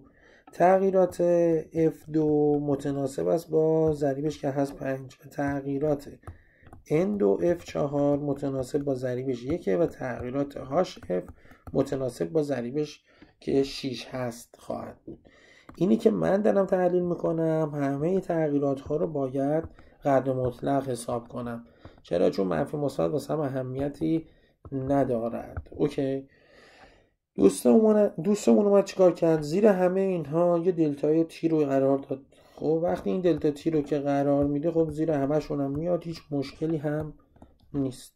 خب تو عبارت اول اومده گفته آر واکنش رو میخوام حساب کنم. آر قطعا یک عددی مثبت است. خب تغییرات N2F4 به عنوان یه گونه‌ای که فراورده هست قطعا تغییراتی مثبت خواهد بود. تغییرات F2 ولی قطعا یک تغییرات منفی خواهد بود. اوکی. همونجور که انهایسه منفی است و همونجور که HF تغییراتش تغییرات مثبتی است. خروجی در نهایت پر واضح هست که مثبته. چرا؟ چون من همه رو قدر مطلق دارم میگیرم. درسته تا اینجا؟ خب N2F4 با ضریب 1، خب دقیقاً تغییراتش مشابه، میتونه مشابه یه آر واکنش باشه برای ما وقتی میره تو واحد زمان. بعد برای F2 من باید در مخرج یه ضریب 5 رو داشته باشم. این 1/5 رو دارم میبینم. خب که اینجا 1 اینجا 5، اینم درسته. ولی چیزی که درست بیان نکرده نه قدر مطلق گذاشته نه یه منفی گذاشته پشتش، پس قطعا ایشون غلطه، یعنی یه منفی کم گذاشت. خب برای NH3 و HF، NH3 یه گونه ایست در سمت واکنش دهنده، پس تغییراتش تغییرات منفی، HF تغییراتش تغییرات مثبت، پس اینم قطعا غلطه. ولی ضرایبی که در مخرج گذاشته قشنگ درسته. نگاه کن اینجا یه 6 بوده، اینجا یه 2، اینا رو ساده کرده 1/3. اینم فعلا غلط، اینم فعلا غلط. برسیم به 4. N2F4 رو داریم و HF. N2F4 و HF جفتشون در یک سمت واکنش هستن، جفتشون هم تغییراتشون مثبت بوده. خب اوکی درسته تا اینجا؟ اینم تغییراتش مثبت بوده، اینم تغییراتش مثبت بوده. این منفی اینجا چی کار میکنه؟ منفی قطعا کارو خراب کرده. ولی آیا عدد 6 درسته؟ نگاه کن، این 6 رو از اینجا کنده برده این بالا گذاشته، این 1 رو کنده گذاشته اینجا، یعنی یه طرف وسط این کرده. 6 که اینجاست همون 6 اینجاست، یعنی این درست بوده. گزینه 4 هم غلط، پاسخ گزینه 2. حالا گزینه 2 رو با هم بررسی کنیم. تو گزینه 2 برای آره واکنش ضریب 10 گذاشت که این ضریب 10 رو من میبرم زیر همه اینا، از این از اینجا میکنم. خب این 2 با 10 ساده شده 5 و این 5 هم با 10 ساده شده 2. پس من یه ضریب 2 اینجا میبینم، یه 5 اینجا، جفتشون هم براشون یه منفی اعلام کرده. نگاه کن هم F2 هم NH3 جفتشون در واقع واکنش دهنده هم، پس تغییرات اونها برای اینکه عقد مطلق بیاد بیرون باید یه منفی بخوره بهش، درسته؟ پس این منفی عالی بود که بیان شد. در کنارش عددا رو با هم چک کنیم. NH3 باید زیرش عدد 2 باشه و F2 هم باید عدد 5 رو زیرش، همه چیش عالیه. گزینه 2 شاهکار، فوق العاده. پس این صحیح، درسته؟ خب بریم سراغ سوال 16. گفته در دمای ثابت گازهای آدو و X2 متناسب با ضرایب استویچیومتری وارد ظرف 2 لیتری می شوند. اگر شکل زیر قسمتی از واکنش رو نشون بده کدوم مطلب نادرسته و هر ذره رو معادله با 5 مول فرض کرده. پس آدو و X2 وارد شدن و قرار محصولی که تولید میکنن AX2 باشه. من اول میپردازم به گزینه 2. گفته معادله موازنه نشدهش به این صورته: 100% آدو به اضافه X2 قرار بهت بده AX2 و مجموع ضرایب در اون برابر است با 5. و موازنه رو اگر ببرم جلو پشت آدو 1 بذارم عددش به دست میاد برای AX2 2 و از اون طرف X2 هم ضریبش 2 میشه و مجموع ضرایب مواد قطعا برابر با 5 خواهد بود. حالا به هم گفته سرعت واکنش تو بازه 20 تا 30 بیا محاسبه کن. خب 20 تا 30 اگه قرار باشه سرعت رو محاسبه کنم باید بیام سرعت تغییرات یک گونه رو ببرم روی ضریبش، بعد به واحد سرعت هم در کنارش توجه کنم. الان اینجا من میرم سراغ فرضاً AX2 خیلی واضح مشخصه، یا نه اصلا شیکش چی میتونه باشه؟ آدو میتونه باشه دیگه. ببین آدو یه سفید اینجا داری ولی در سمت راست هیچی وجود نداره. خب و آدو هم ضریبش هست 1. پس میتونم بیام بگم که آره آدو دقیقا همون آره واکنش هم هست. چرا؟ چون جفت ضریباشون 1. حالا قراره آره این واکنش رو بر حسب مول بر لیتر به روی ثانیه محاسبه کنم. بازه زمانی 20 تا 30 10 ثانیه هست. مول تغییراتی که برای آدو داره اتفاق میفته 1 ذره است و هر 1 ذره بیانگر 500 مول. پس تغییراتش شده 500 مول به روی لیتر ظرف هم که بهت گفته 2 لیتر تقسیم بر 2 لیترش میکنیم. خب شد 5/2 یعنی 2.5 ضرب داره 10 به توان منفی 2 در صورت یه 10 پایین داریم، پس شد 10 به توان منفی 3. درسته؟ پس گزینه 1 هم گزینه درست است. ما دنبال نادرستا میگردیم. بریم سراغ 3. گفته سرعت واکنش در بازه زمانی 10 تا 20 2 برابر سرعت اون در بازه زمانی 20 تا 30. ببین شما نسبت دو تا سرعت رو میخوای محاسبه کنی. نسبت دو تا سرعت که حالا جفتش هم سرعت واکنش هست، یعنی نسبت یه مش تغییراتشون به روی دلتا تی. خب حالا این سرعت بالا این هم سرعت پایین. اولی رو بیا تو 10 تا 20 بررسی کن، پایینی رو بیا توی 20 تا 30 تحلیلش کن. بازم باید تغییرات مولش رو ببرم تو تغییرات زمانشون. ببین تغییرات زمان جفتشون هست 10. پس این نسبت یا این تغییرات، حالا من یکیشو میذارم R1 یکیشو میذارم R2، بخواد یعنی زمانهاشون 10. خب پس نسبتشون قطعا برای 2 تا 10 ساده میشن یک دیگه. خب تغییرات مولش رو باید مد نظر قرار بدم. تغییرات مول در بازه زمانی 10 تا 20 رو اگر محاسبه کنیم، مجدد اگر با سفیدا بریم جلو، میبینیم آهامون 3 تا بودن، آدوهامون 3 تا بودن که توی این بازه زمانی 2 تا آدو کم شد. تو بازه زمانی بعدی یه دونه آدو کاهش داشتیم. اوکی، یه دونه ذره آدو کاهش داشتیم. پس اگر قرار بر این باشه که تغییرات رو محاسبه کنیم، ببینیم که تغییرات در بالا خب 2 برابر چی بوده؟ پایینی بوده. بالا 2 تا آدو داشتی بروی 10 ثانیه. البته اگر قرار باشه واحدش رو مولم کنم یا این ثانیه رو ببرم دقیقش کنم و اینها، هم تو بالا تو صورت دارم این تبدیل واحدا رو انجام میدم، هم تو مخرج. خب پس اصلا رها کن رئیس اونا رو. اوکی، به خاطر زمان شما هیچ مشکلی نداری، یعنی این نسبت تغییری ایجاد نمیشه به خاطر زمان، فقط به خاطر ذره هاست که برابر خواهد بود این تغییرات با این نسبت برابر خواهد بود با عدد 2 که اینم درسته. گفته در هر گستره زمانی اگر حجم ظرف رو به 4 لیتر افزایش بدیم، ببین حجم ظرف 2 لیتر بوده، میخوای بکنیش 4 لیتر، خب سرعت واکنش بر یکای مول بر لیتر بر ثانیه 2 برابر خواهد شد. ببین شما قرار سرعت رو اینجوری حساب کنی، یه مش مولو تغییرات مول رو ببری رو لیتر و بعد ببری روی زمان. این لیتر کجا نشسته؟ تو مخرجه. پس اگر حجم رو 2 برابر کردی، سرعت شما 1/2 برابر می شود. چرا؟ چون این 2 لیتر رو شما اینجا داری 2 برابر شدن حجم، خروجیش میشه 1/2 برابر شدن سرعت ها. خب پس نه 2 برابر، پس میشه گزینه 4. بریم سراغ سوال بعدی. 17 گفته با توجه به واکنش داده شده اگر در مدت نیم دقیقه 11.2 لیتر گاز هیدروژن در شرایط استاندارد مصرف شود، در مدت چند ثانیه 0.4 مول آب تشکیل می شود.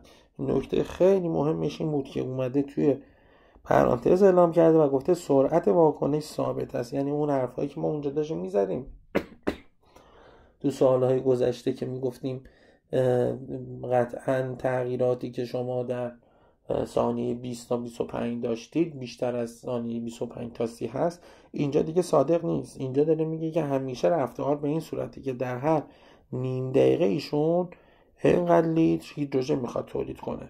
خب شرایطش استیپیه. من سریعا همینجا اینو تقسیم بر 22/4 میکنم و از این داستان نتیجه که میگیرم اینه که هر نیم دقیقه یا هر 30 ثانیه که میگذره 11/2 بری 22/4، یعنی شما نیم مول دارین H2 مصرف میکنید. حالا میخوایم 0.4 مول آب تولید کنیم. اوکی، ببینیم اگه قرار باشه 0.4 مول آب تولید کنیم چه مقدار H2 باید مصرف کنیم، بعدش بیاریم تو این تناسب ببینیم که این مقدار H2 رو تو چه بازه زمانی با مصرف کنیم. یا میتونیم اینجوری نگاه کنیم، انگاری من سرعت H2 رو دارم، H2 داره داد میزنه میگه که هر نیم مولم رو قراره توی 30 ثانیه مصرف کنم. حالا دفعه دیگه قراره بیام بفهمم چه مقدار مول H2 باید مصرف شه، بعد پایین بگم X ثانیه. خب بریم اول موازنه رو انجام میدیم. عدد 1 رو قرار میدیم پشت N، در کنارش هم N آزاد میشه هم O. بعد میایم میگیم که ضریب H2 مون شده 7/2، پس میتونیم ضرب در 2 کنیم. اینجا یه 2 داریم، اینجا یه 7 داریم، اینم ضریب شده 2 و اینم ضریب شده 4. بین 4 تا H2 و 7 تا H2 میخوام تناسب بنویسم. میخوام ببینم چند مول H2 باید مصرف شه با ضریب 7 ببخشید چند مول H2O مصرف شه با ضریب 7 اگر که H2O که داریم تولید میکنیم برابر باشه با 4 با ضریب 4. میبینی که اینجا واحدها همشون مول بودن. خب بریم ببینیم چنده. چیزی که داریم میبینیم میفهمیم که 7 مول H2O باید مصرف شود. خب ما نیم مولش رو توی 30 ثانیه مصرف میکردیم، الان قراره 7 مولش رو مصرف کنیم توی چند ثانیه. یه طرف مسطحین خروجی به شما میدهد 7 ضرب در 3 شده 21، این نیم هم انداختیم زیرش، نتیجه شد 42 ثانیه. بذار من اینو بهتر بنویسم، 42 یه ثانیه این پایین بنویسم برات. خب پس پاسخ شد گزینه 2 و چیزی هم که ایشون میخواست ثانیه بود که حلش کردیم. میریم سراغ سوال 18. گفته توی یک ظرف 2 لیتری دربسته 5.4 مول از واکنش دهنده متناسب با ضریب استوکیومتری در مدت 20 ثانیه مصرف میشه. بازم بهت گفته سرعت واکنش ثابت است، یعنی همیشه شما این رفتار رو داری. 5.4 مول واکنش دهنده میتونی مصرف کنی اگر که 20 ثانیه بگذرد. خب میگه پس از چند دقیقه غلظت مودی انهای 3 برابر با 3.6 خواهد بود.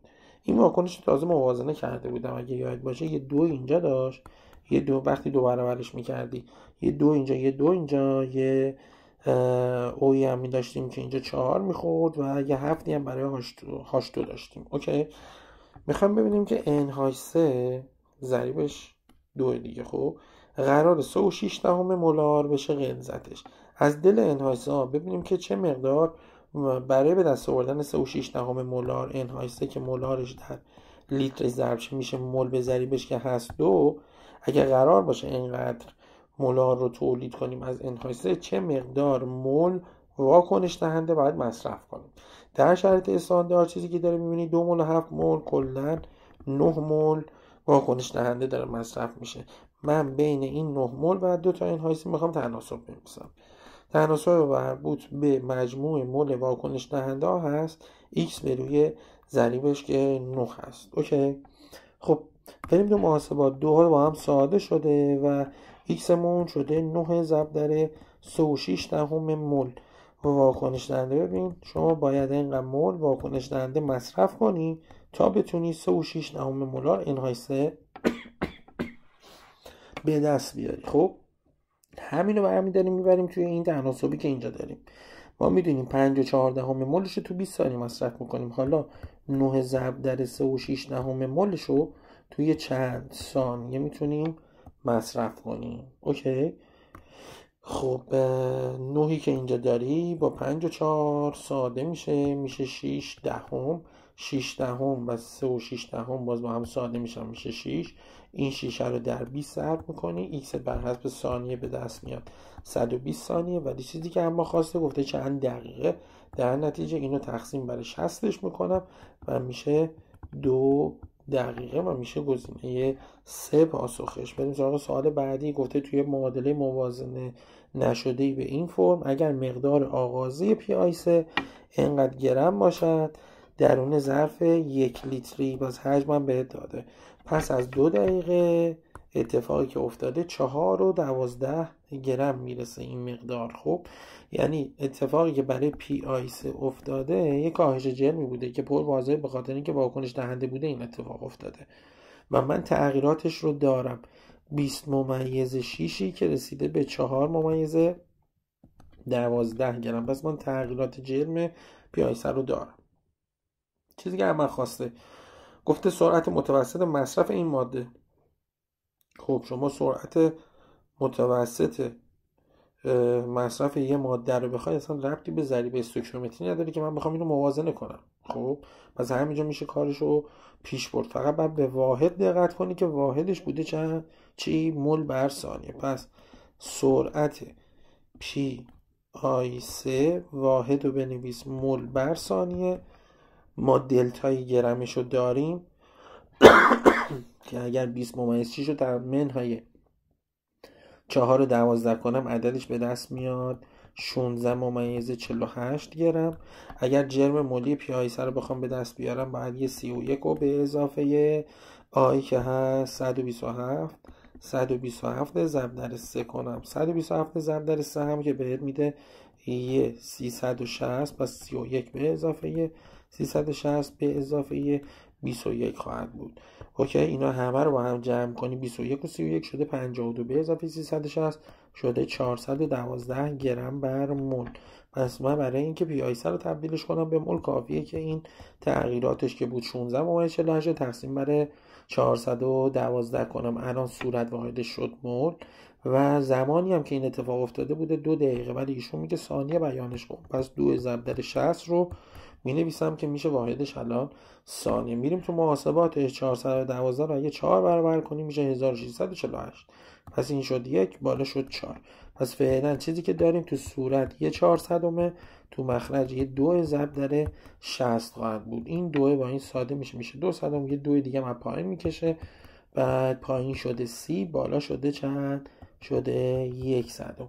1/3 رو همه ما میدونیم که هست 3 و 3. پس قطعا 6 ممیز 67 نخواهد بود. خب پس این شد یا پاسخ گزینه 1 هست یا 2. قسمت بعدیش گفته غلظت هاش آی چند مول بر لیتر میشه توی این بازه زمانی. خب من قراره از پی آی 3 برسم به هاش آی. غلظت هاش آی رو قرار محاسبه کنم.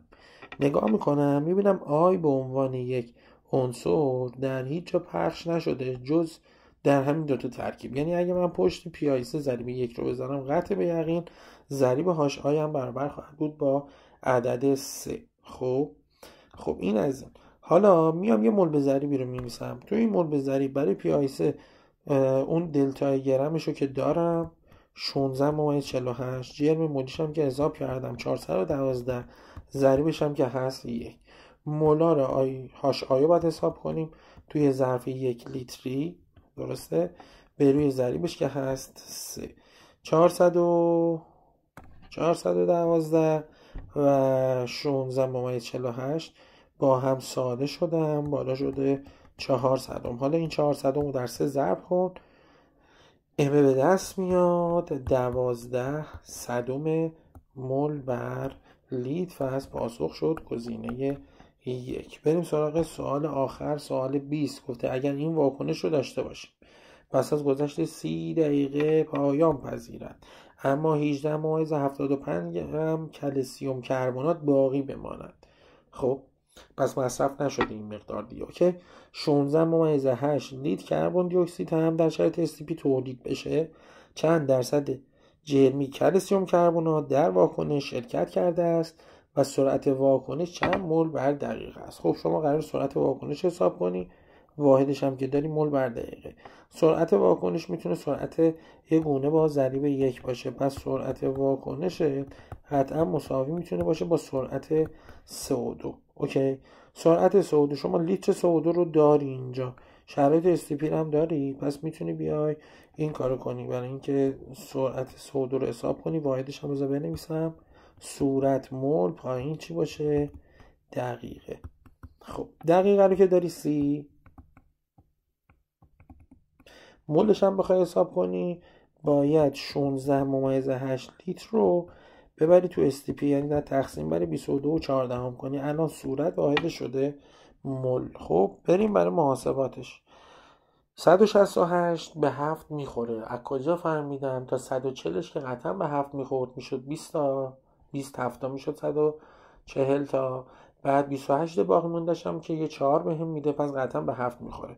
و قبلا هم خاطرتون باشه بهتون گفتم که 224 یه 32 ضرب در 7. پس میام پایین و بالا رو ساده میکنم. ابتدا اشارهای بالا پایین رو میزنم بره. بالا 168 به 7 سادهش میکنم میشه 24. پایین 224 به 7 ساده میکنم میشه 32. از اون طرف 24 و 32 جفتشون به 8 میخورن. صورت شده 3، مخرج شده چند؟ 4. پس من تو صورتش فعلا چیزی که برام باقی مونده یه 3/4. اوکی، تو مخرجم یه 30 دارم. پس اگه قرار باشه باز مجدد این سرعت رو حساب کنم یه 3/4 میبینم، تو مخرج یه 30 میبینم که میاد بالا میشه 1/30 در نهایت عددم به دست میاد 1/40 و 1/40 اگر پایین رو ضرب در 2.5 کنم به دست میاد 100، بالا هم ضرب در 2.5 کنم در نهایت میشه 2.5 صدم یا 2.5 ضرب در 10 به توان -2. این شد قسمت دوم سوال. اوکی، حالا برسیم به قسمت اول. چند درصد جرمی کلسیم کربنات در واکنش شرکت کرده است؟ خب ما برای اینکه بفهمیم چقدر شرکت کرده، قطعا اون مقداری شرکت کرده که تونسته فرآورده تولید کنه. پس از یه دونه سه میخوام برسم به یه دونه CO2 که مطمئن هستم که 16.8 لیتر تولید شده در شرایط STP. مول به ضریبش رو می‌نویسم، ضریبش 1. میخوام برم دنبال گرمی که مصرف شده سه با جرم مولیش هم اگر خاطرتون باشه سه جرم مولیش برابر است با 100 و ضریب 1. محاسبات رو میبریم جلو. 16.8 و 22.14 چیزی که ما با هم تا الان حساب کردیم خروجی شد 3/4، درسته؟ و این 4 با 100 ساده میشه 25.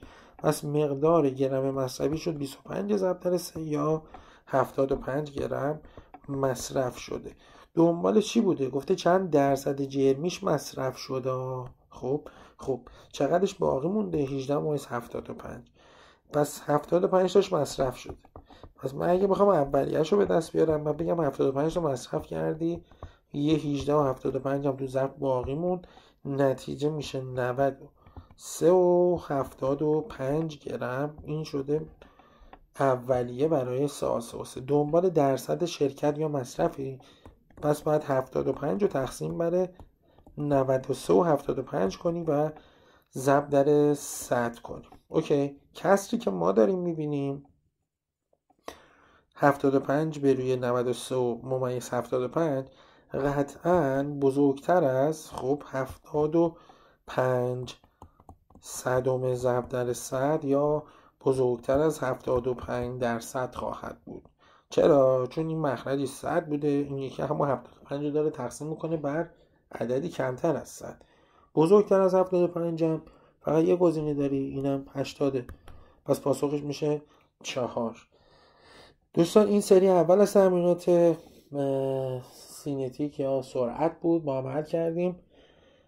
ایده های خوبی توش بوده، خب باید توجه کنیم بهش.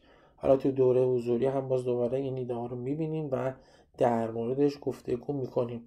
سوالای شیکی بودن، سوالای کنکورش قشنگه، فقط محاسبات نیست، ایده ها و دقتی که شما باید تو حلش داشته باشین قطعا براتون از همه چی مهمتر هست. در مبحث سینتیک و الا استوکیومتری ساده بوده و ایده های در واقع اون دقت خیلی مد نظر بوده برای ما توی روند حل مسئلهش.